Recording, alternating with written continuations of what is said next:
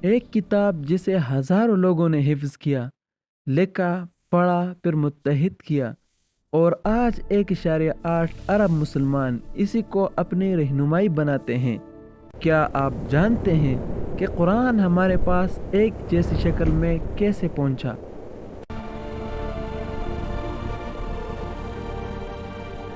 قرآن وحی کی صورت میں 23 سال میں نازل ہوا تھا۔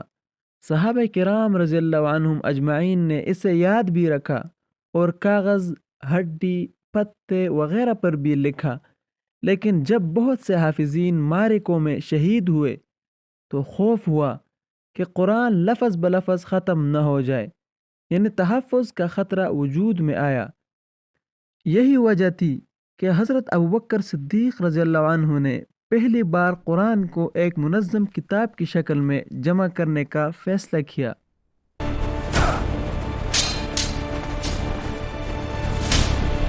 چنانچہ جنگ یمامہ میں بہت سے حافظین شہید ہوئے، جس کے بعد اس عمل کی ضرورت شدت سے محسوس ہوئی۔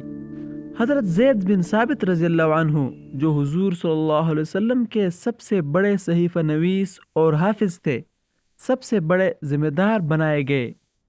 ان کے سامنے قرآن کے مختلف تحریری ٹکڑے جیسے پتوں، ہڈیوں، جلد وغیرہ پر موجود تھے۔ ہر آیت کی 2 گواہوں کے ذریعے تصدیق کی گئی، یعنی وہ آیت صحابہ کی یادداشت اور تحریر دونوں میں ثابت ہوئی۔ یہ مرحلہ صرف جمع نہیں بلکہ تحفظ اور مصدقہ یعنی یقین کا عمل تھا۔ ایک نسخہ پہلے سے موجود تھا جب حضرت ابوبکر صدیق رضی اللہ عنہ گزرے، اس کے بعد حضرت عمر رضی اللہ عنہ کی خلافت آئی اور یہ نسخہ آپ کے پاس آیا، اور پھر بعد میں حضرت حفصہ رضی اللہ عنہا کے پاس محفوظ کیا گیا۔ اس نسخے کو بعد میں عثمانی دور میں بحیثیت اصل ریکارڈ استعمال کیا گیا۔ یہی وہ بنیاد تھی جس سے قرآن کی باقاعدہ کتاب شروعات ہوئی۔ جب خلافت عثمان کے زمانے میں اسلام دنیا بھر پھیل گیا تو مختلف لہجے اور قراءات کی وجہ سے اختلافات پیدا ہونے لگے۔ حضرت عثمان رضی اللہ عنہ نے فیصلہ کیا کہ قرآن کا ایک ہی مستند متن تیار کیا جائے تاکہ پورے عالم اسلام میں ایک متفقہ کتاب ہوں۔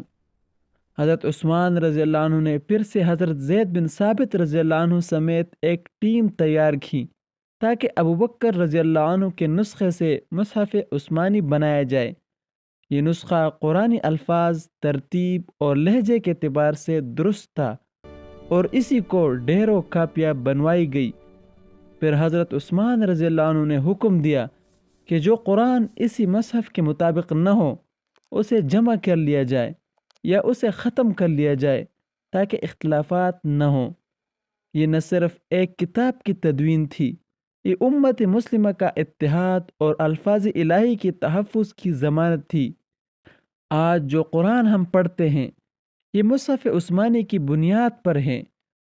یہ نسخہ اس بات کی شہادت دیتے ہیں کہ قرآن کا متن 1000 سال سے پہلے بھی یہی قائم ہے اور آج بھی لفظ بلفظ محفوظ ہے۔